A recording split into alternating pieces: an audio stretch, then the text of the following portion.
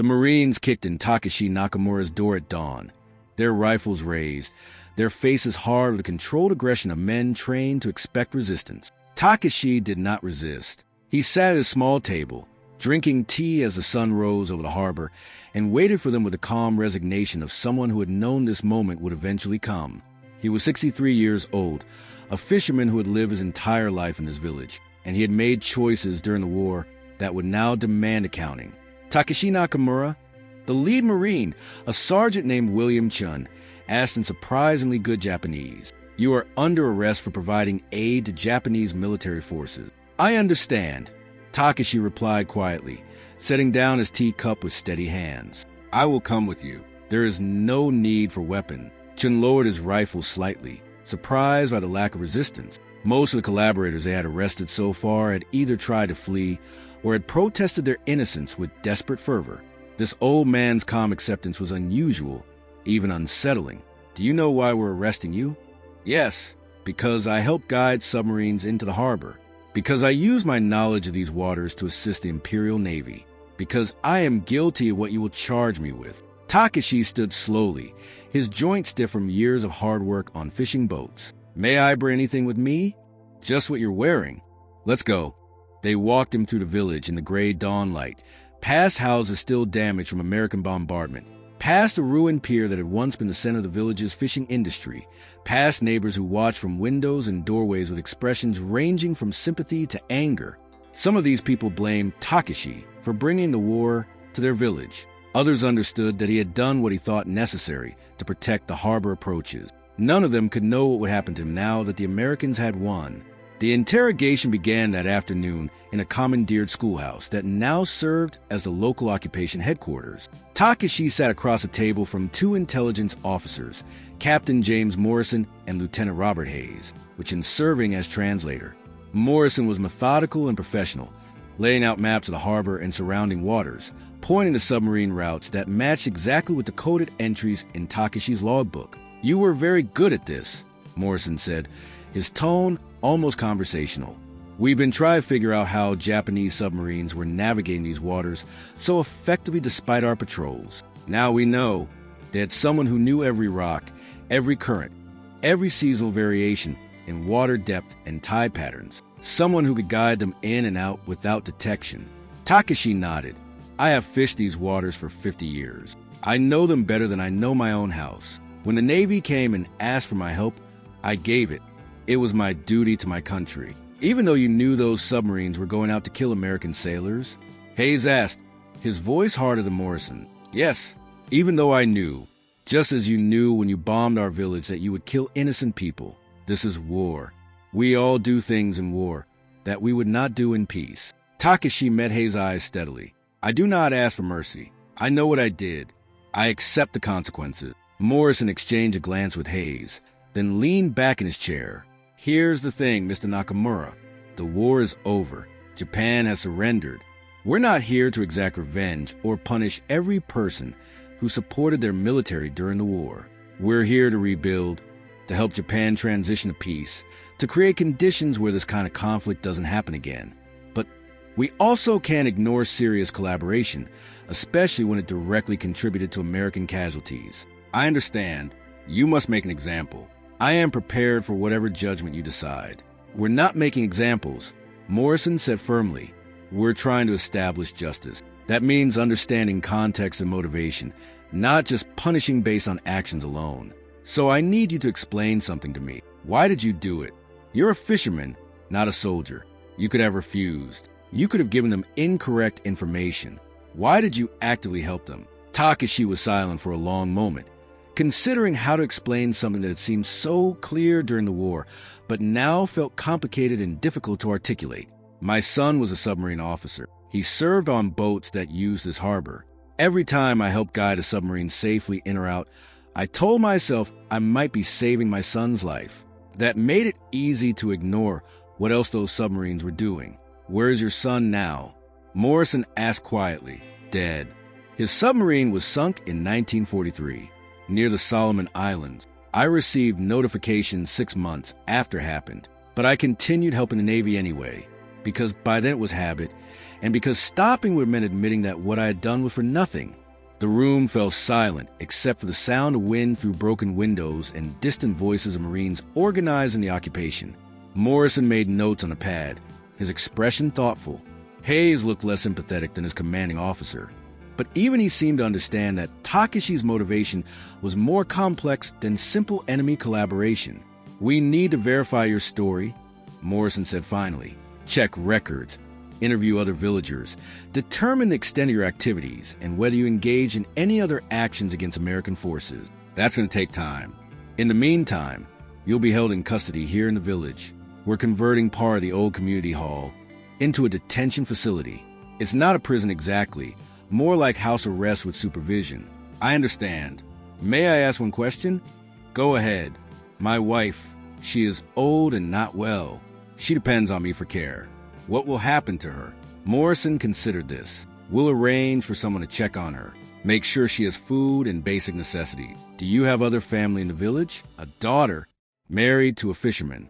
They have children, but they already struggle to feed their own family. I do not want to be a burden on them. We'll work something out. The Occupation Authority is setting up civilian assistance programs. Your wife will be taken care of, I promise you that." They took Takeshi to the converted community hall, where several other detainees were being held pending investigation of their wartime activities. Most were low-level collaborators, people who had worked in administrative positions for the Japanese military, or who had informed on neighbors suspected of anti-war sentiments. They looked at Takeshi with varying degrees of curiosity and suspicion, each person wrapped in their own fears about what would happen to them. That night, lying on a thin mat in a hall that had once hosted village festivals and celebrations, Takeshi thought about his son. Hiroshi had been 22 when his submarine left on its final patrol, eager and proud in his officer's uniform, convinced that he was serving a great and noble cause. Takeshi had stood on the pier and watched the submarine submerge, had felt pride and terror in equal measure, and had known even then that he might never see his son again. He had helped guide submarines for 3 years after Hiroshi's death, each one a ghost of his son, each safe passage a ritual of remembrance and denial. He had told himself he was serving his country, fulfilling his duty, honoring his son's sacrifice. But late at night, in the silence between missions, he had known the truth. He was not serving anything except his own inability to accept that his son had died for a war that Japan was losing, that all the sacrifices and suffering had been for nothing. Now the war was over and the Americans had won, and Takeshi found himself in the strange position of being grateful that it had ended before more sons died in submarines. More fathers stood on piers watching vessels submerge and not return. The Americans would judge him for what he had done. They would decide whether his actions warranted punishment or understanding. And whatever they decided, he would accept it, because acceptance was all he had left. The investigation took 2 weeks. During that time, Marines and intelligence officers interviewed dozens of villagers, examined Japanese Navy records that had survived the surrender, and pieced together a comprehensive picture of Takeshi Nakamura's wartime activities. What they discovered was both damning and strangely admirable. He had indeed guided submarines with remarkable skill, but he had also used his position to protect the village from harsher military requisitions, and had quietly helped several families whose sons had deserted rather than face certain death in kamikaze attacks. Captain Morrison returned to Community Hall on a rainy morning, his uniform damp from the walk through muddy streets. He found Takeshi sitting by a window, watching water drip from damaged roof tiles, his expression distant and contemplative. The old fisherman stood when Morrison entered, bowing slightly in the automatic gesture of respect that Japanese culture demanded. "Mr. Nakamura, I need to discuss our findings with you," Morrison said, gesturing for him to sit. Chun translated, though Takeshi had been picking up more English during his detention. "We've completed our investigation. You were honest with us about your activities. Everything you told us checks out, and we found no evidence that you engaged in any other hostile actions against American forces." "I told you the truth," Takeshi replied simply. "There was no reason to lie. The war is over." We also discovered something interesting. Several families in this village told us that you intervened with Japanese military authorities on their behalf, that you used your position as someone valuable to the Navy to protect villagers from being forced into labor battalions or having their food supplies confiscated. One family said you helped their son escape after he refused a kamikaze mission. That's not the behavior of a fanatical collaborator. Takashi looked down at his hands, weathered and scarred from decades of handling fishing nets and lines. I helped submarines because I believed it was my duty, but I am still part of this village. These are my neighbors, my friends. When I could help them without betraying my duties to the Navy, I did so. Perhaps that makes me a poor patriot. Perhaps it makes me a poor collaborator. I do not know anymore what it makes me. Morrison pulled out a chair and sat across from Takashi, his posture less formal than during the interrogation. Here's my assessment, and I've discussed this with my superiors. You committed serious acts of collaboration that contributed to American casualty under normal circumstances that would warrant prosecution and possibly execution. However, the circumstances were not normal.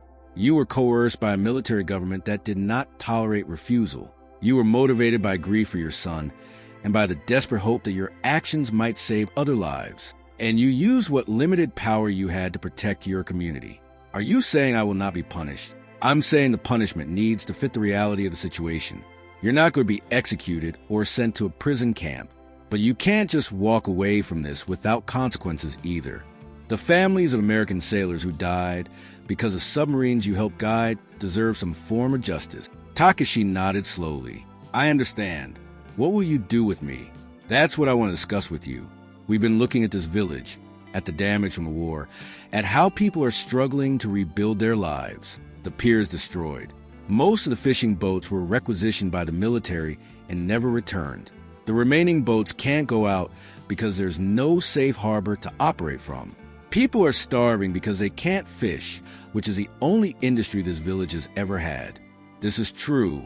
The war destroyed our livelihood along with everything else. Morrison leaned forward, his expression serious. Here's what I'm proposing. Instead of prison or execution, you serve a different kind of sentence. You work with our engineering battalion to rebuild the pier. You use your knowledge of the harbor to help design a structure that will serve this village better than what was here before.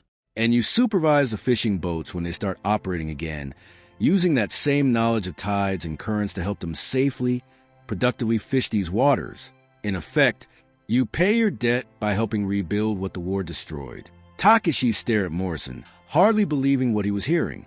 You would trust me to do this?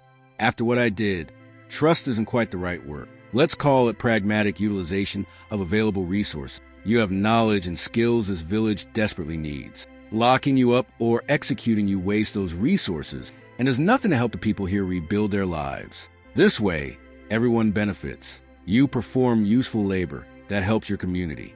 The village gets its fishing industry back. And justice is served through restitution rather than revenge. What do your superiors say about this plan? They're skeptical but willing to try it.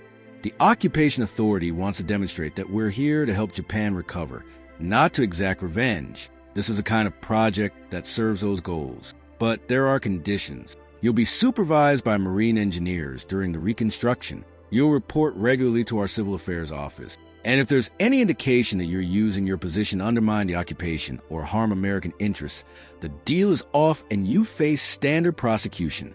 Are those terms acceptable? Takashi felt something he had not expected to feel again.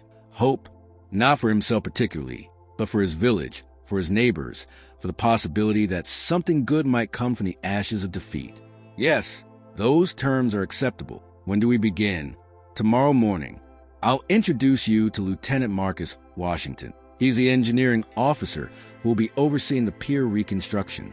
He's a good man, fought his way across the Pacific, lost friends at Japanese submarines. He's not thrilled about working with you, to be honest, but he understands orders and he understands that winning the peace is as important as winning the war. The next morning, Takashi met Lieutenant Washington at the site of the destroyed pier.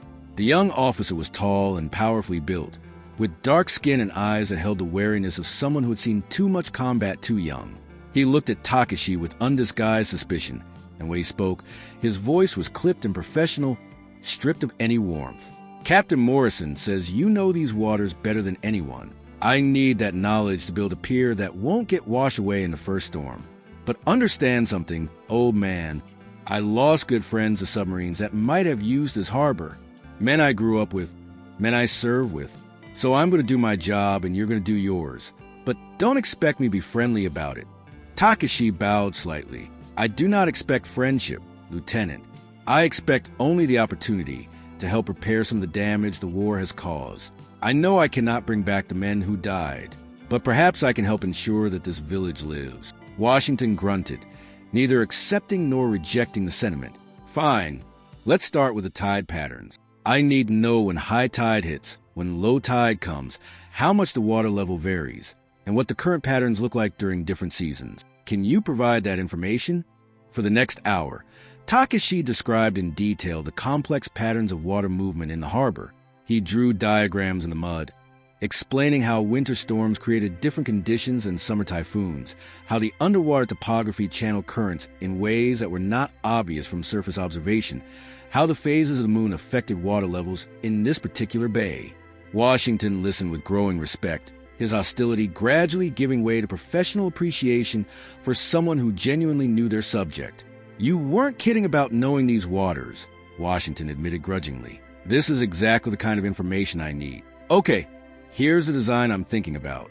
He pulled out engineering drawings, showing a pier structure that would be sturdier than the previous one, with pilings driven deeper and positioned to work with the currents rather than fighting them.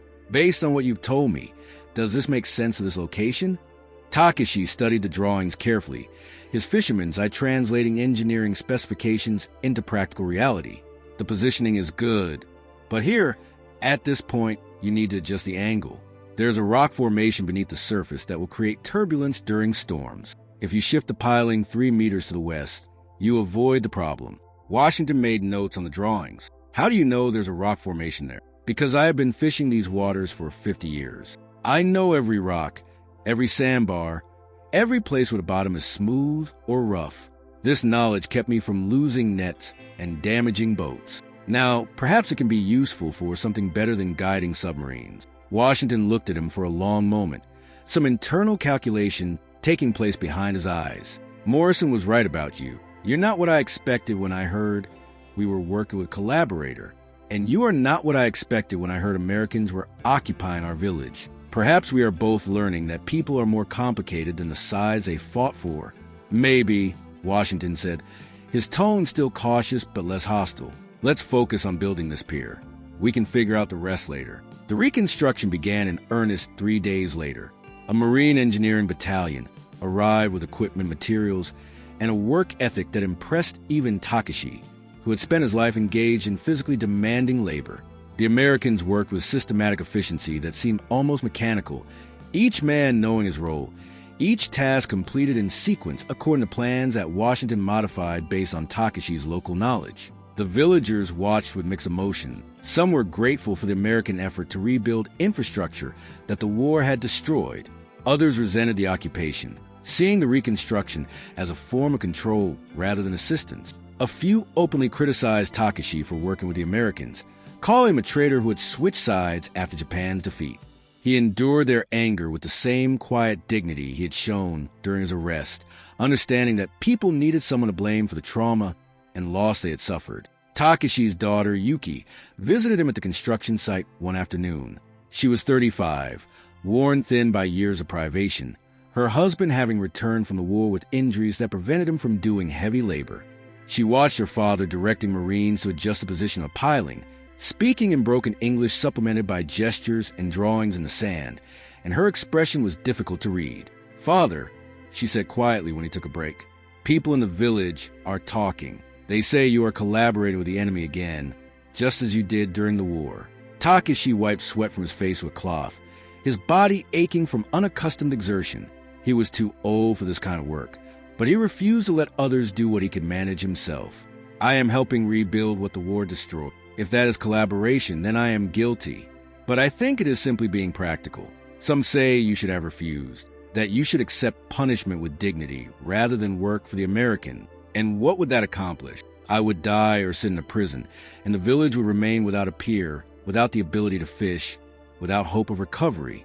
How does my suffering help anyone?" He looked at his daughter with tired eyes. "I know you are ashamed of me, first for helping the submarines, now for helping the Americans. Perhaps there is no choice I can make that will satisfy everyone." Yuki was silent for a moment, watching Marines work with timber and rope. constructing something that would benefit her village despite the complicated history that made such assistance necessary. I am not ashamed, Father. I am confused. The world has changed so quickly. Everything we believed during the war is now considered wrong. Everything we were told to hate is now supposed to be our friend. It is difficult to know what is right anymore. Then perhaps we should stop trying to determine what is right and simply focus on what is necessary. This village needs to fish. Fishing requires a pier. Building the pier requires cooperation with the people who have the materials and equipment and knowledge to build it properly. Everything else is philosophy, and philosophy does not feed hungry children. Washington approached, carrying a clipboard with progress reports. He had gradually warmed to Takashi over the past week, their working relationship evolving from mutual suspicion to something approaching respect. Mr. Nakamura, we need your input on the mooring system. The current design might not account for the wind patterns during typhoon season. I will look at it, Takashi replied, then turned back to Yuki. Go home to your family. Tell your husband that when the pier is finished, there will be work for fishermen again. Tell your children that their grandfather is trying to help ensure they do not grow up starving. That is all I can do. The work continued through September and into October. The pier took shape slowly, each section carefully constructed according to specifications that balanced engineering principles with Takashi's practical knowledge of local conditions. Washington proved to be not just competent, but genuinely interested in learning about Japanese fishing practices and harbor management. He asked endless questions about how the old pier had functioned, what problems it had faced, how fishermen had adapted to seasonal changes. You're not just building a pier, are you? Takashi observed one evening as they reviewed the day's progress. You are studying how to help other villages rebuild their fishing industries. Washington looked up from his notes, surprised by the observation. Is it that obvious? To someone paying attention, yes. You ask questions that go beyond what is necessary for this project. You take notes about things that have nothing to do with the specific pier. You are thinking about the future, about how to apply what you learn here to other places. The Occupation Authority wants us to help Japan rebuild its economy. Fishing is a major part of that economy, especially in coastal villages. If we can figure out how to do this right here, we can replicate the success elsewhere. Washington paused, choosing his words carefully. I admit, when I first got this assignment, I was angry. Felt like I was helping the people who killed my friends. But the more I work on this, the more I understand that rebuilding is how you actually win a war. Not by defeating the enemy's military, but by helping their society become something that doesn't need to fight anymore. That is a wise perspective for someone so young. I'm not that young anymore. This war aged all of us. Washington gestured at the partially completed pier. You know what strikes me? This thing we're building is better than what was here before. Stronger, more functional, more resistant to storms and wear. In a strange way, the destruction created an opportunity to build something improved. Perhaps that is true of more than just piers, Takashi said quietly. Perhaps Japan needed to be destroyed so it could be rebuilt into something better. That is difficult to accept when you have lost so much, but maybe it is true nonetheless. By late October, the pier was nearly complete. The final section was being installed when an unexpected visitor arrived at the construction site. Captain Morrison appeared with an elderly Japanese man in civilian clothes, his bearing suggesting military background despite the absence of uniform. Morrison's expression was carefully neutral as he approached Takashi and Washington. Lieutenant, Mr. Nakamura, I need to speak with both of you. This is Rear Admiral Yamamoto, formerly of the Imperial Japanese Navy. He commanded the submarine operations that used this harbor during the war. He's asked to meet the fishermen who guided his boats, and I thought it was important that this conversation happen. Takashi felt his heart rate increase, adrenaline flooding his system despite his age. He had never met the officers who commanded the submarines he guided, had known them only as disembodied voices on radio transmissions. Now he faced one of them, and the moment felt weighted with significance he could not fully articulate. Yamamoto bowed formally. Mr. Nakamura, I wanted to thank you for your service during the war. Your guidance saved many lives, including possibly the life of your son, though I know that ultimately he did not survive. I wanted you to know that your work was appreciated and that it made a significant difference in our operations. Takashi returned the bow, his mind racing. Admiral, I did what I believed was my duty, But I have learned since then that duty is more complicated than I understood during the war. The submarines I helped guide killed many men. That is a burden I will carry for the rest of my life. As we all will, Yamamoto replied. I ordered men on missions from which they did not return. I made tactical decisions that resulted in deaths on both sides. Now I must live with those decisions in a world where our cause has been judged wrong by history. It is not easy to reconcile what we believed with what we now know. Washington had been listening with growing tension, his jaw tight with suppressed emotion. Finally he spoke, his voice controlled but hard. Admiral, submarines under your command sank ships carrying men I knew. Friends of mine died in the water, burned or drowned, because of operations launched from this harbor. I'm trying to understand reconciliation and rebuilding, but it's difficult when I'm standing here looking at the men responsible for those deaths. Yamamoto met his gaze steadily. I understand your anger, Lieutenant. It is justified. I cannot defend what we did, only explain that we believe we were serving a necessary purpose. We were wrong. History has proven that. Now we must find a way to live in the world our mistakes created. Morrison stepped forward, his role as mediator clear. This is why I arranged this meeting. Because reconciliation isn't just about governments signing treaties. It's about individuals confronting the human cost of war and finding a way forward despite that cost. Admiral Yamamoto is working with the Occupation Authority to help reconstruct Japan's fishing fleet for peaceful purposes. Mr. Nakamura is helping us rebuild infrastructure. Lieutenant Washington is supervising reconstruction despite his personal losses. You're all choosing to build rather than destroy, to look forward rather than backward. That matters. The four men stood in silence, each processing their own complex emotions, each trying to reconcile past actions with present necessity. The partially completed pier stretched out behind them, a physical manifestation of the possibility that destruction could lead to something better, that enemies could become something other than enemies, that the future did not have to be defined by the past. The pier looks well constructed, Yamamoto observed, breaking the silence. When it is completed, this village will be able to support a larger fishing fleet than before the war. That is good. Japan will need productive capacity in the years ahead. Mr. Nakamura's knowledge made it possible, Washington acknowledged, his tone still stiff but less hostile. Without his understanding of local conditions, we would have built something less effective. Then perhaps some good has come from all of this, Yamamoto said.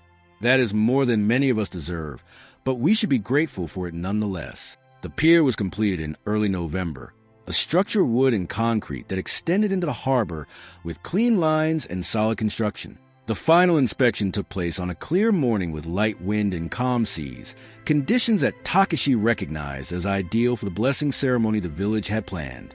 Despite the occupation, despite the complicated circumstances of the pier's construction, the villagers insisted on traditional rituals to mark completion of something so important to their community.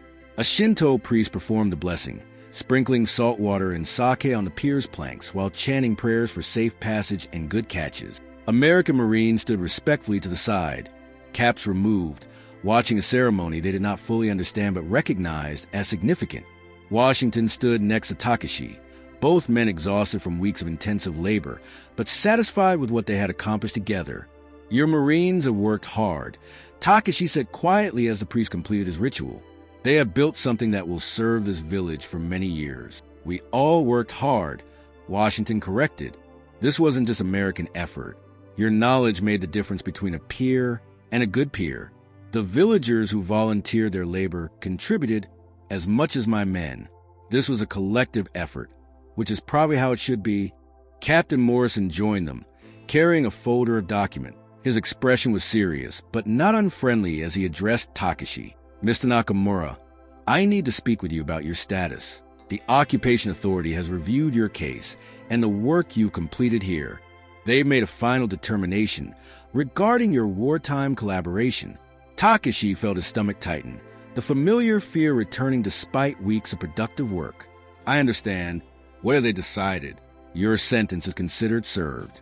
The labor you provided, the knowledge you've shared, and the cooperation you've shown during the reconstruction is deemed sufficient restitution for your wartime activities. You're free to return to normal civilian life, subject to the standard occupation regulations applied to all Japanese citizens. There will be no prison time, no further restrictions beyond what everyone else faces. The relief was overwhelming, almost painful in its intensity. Takashi had not allowed himself to hope for this outcome, had prepared himself for imprisonment or worse. "Thank you, Captain.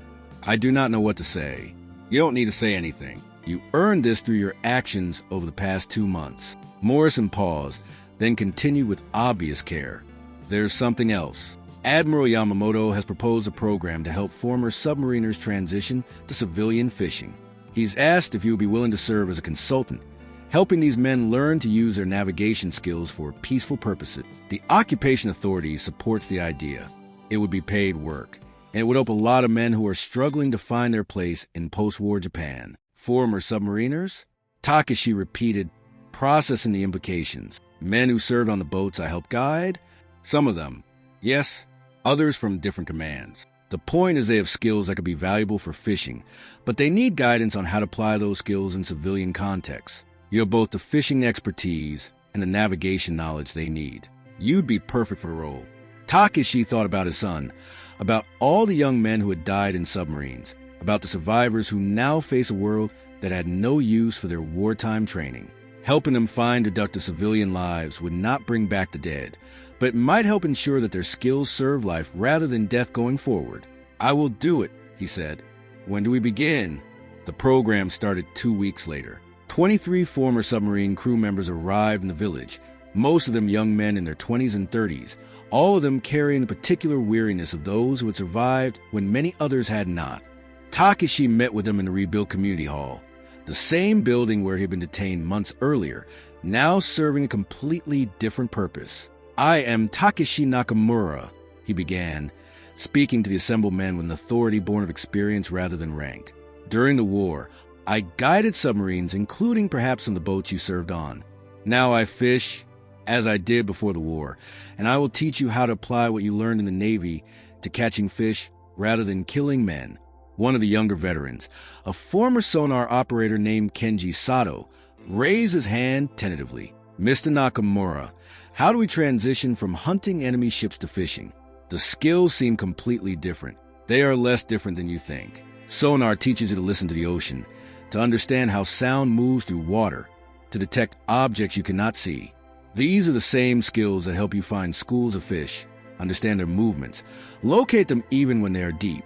Navigation teaches you to read currents, tides, weather patterns. These things matter as much for fishing as they did for submarine operations. You already have the skills. You just need to learn new applications. Over the following months, Takashi worked with the veterans, teaching them fishing techniques, sharing his knowledge of the harbor and surrounding waters, helping them understand how to make a living from the sea without military structures supporting them. Washington remained involved, helping to arrange boats and equipment through Occupation Authority programs designed to rebuild Japan's fishing industry. The project became a model that was replicated in other coastal communities, a practical demonstration that former enemies could work together toward reconstruction. Lieutenant Washington was transferred to another assignment in January 1946, but before he left, he met with Takashi one final time at the pier they had built together. The structure had weathered its first major storm successfully, proving the soundness of their combined design. Fishing boats came and went daily now, bringing in catches that fed the village and provided income for families who had struggled through the final years of the war. "I wanted to thank you before I leave," Washington said, extending his hand in the American manner. "When I arrived here, I was angry and bitter. Working with you changed that. You showed me that people are more complicated than the sides they fight for, and that rebuilding requires letting go of anger even when that anger is justified." Takashi shook his hand, the gesture still feeling slightly foreign, but meaningful nonetheless. "And you showed me that enemies can become something else when circumstances change, that the Americans who drop bombs on our cities are also capable of helping us rebuild. This has been an education for both of us, I think. What will you do now? Continue working with the Veterans Program?" "Yes, and fishing, of course. I am too old to stop doing what I have done my entire life. But I will also continue helping young men learn to live in peace after learning to serve war. It is small work, but perhaps small work accumulated across many places creates large change. That's the theory behind the occupation, anyway. We'll see if it actually works." Washington looked out at the harbor, at the fishing boats and a rebuilt pier, and the village slowly recovering from years of devastation. I hope it does. I've seen enough death for one lifetime. I like to think we can actually build something lasting from all this destruction. They parted with mutual respect. Two men who have been enemies by extension, now connected by shared effort toward reconstruction. Washington moved on to other projects, other villages, carrying with him lessons learned from working with an old fisherman who had guided submarines during the war and fishing boats after it. Takashi continued his work through 1946 and beyond, teaching veterans and supervising fishing operations, using his knowledge to serve life rather than death. Admiral Yamamoto's program expanded, helping hundreds of former submariners transition to civilian fishing across Japan. The model proved successful enough that other branches of the military adapted it for their own veterans, creating pathways from military service to productive civilian work. Years later, when Takashi was 75 and finally too old to go out on boats himself, he sat on the pier with his grandchildren and told them stories. Not about the war, which remained too painful and complicated to explain to children, but about the building of the pier, about working with American Marines to create something useful, about how enemies could become collaborators when the goal was construction rather than destruction. His grandson, 12 years old and fascinated by engineering, asked him once why the Americans had helped rebuild Japan after defeating it. Takashi thought carefully before answering, wanting to give a response that honored the complexity of what had happened without oversimplifying or creating false narratives. Because they understood something important, he said finally, that winning a war is not the same as winning a peace. They could have punished us, could have left us to suffer in defeat. Instead, they chose to help us rebuild, to show us a different way of existing in the world. It was not entirely generous. They had strategic reasons for wanting a stable, prosperous Japan. But the method they chose, helping rather than punishing, made it possible for us to accept their help without losing our dignity. And you helped them build this pier? I helped them, yes, because I understood that my village needed a fish, and fishing required a pier, and building the pier required cooperation with people who had the resources and knowledge to do it properly. Sometimes the most important choices are the pragmatic ones, the ones that serve immediate needs even if they are philosophically complicated. The boy considered this, looking out the harbor where fishing boats came and went, their catches sustaining the village as they had for generations. Do you think the war could have been avoided? I do not know. Perhaps, perhaps not. What I know is that the peace that followed required choices from people on both sides. Japanese choosing to accept help from former enemies. Americans choosing to offer help rather than revenge. Those choices created the world you are growing up in, a world where this village prospers and children ask questions about history rather than experiencing its horrors directly. The sun set over the harbor, painting the water in shades of gold and orange, illuminating the pier that had stood for nearly 20 years now, solid and functional, serving exactly the purpose it had been built for.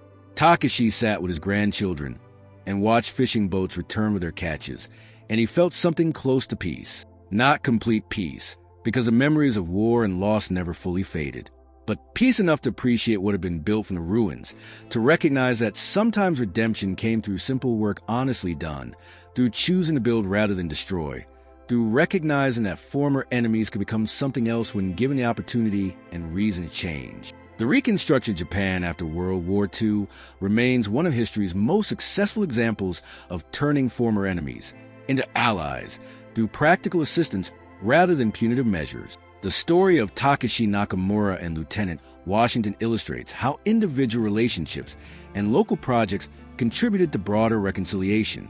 If you want to explore more stories of how former enemies found ways to work together in the aftermath of conflict, subscribe to join us as we examine the human dimensions of post-war reconstruction and the surprising paths that lead from hatred to cooperation.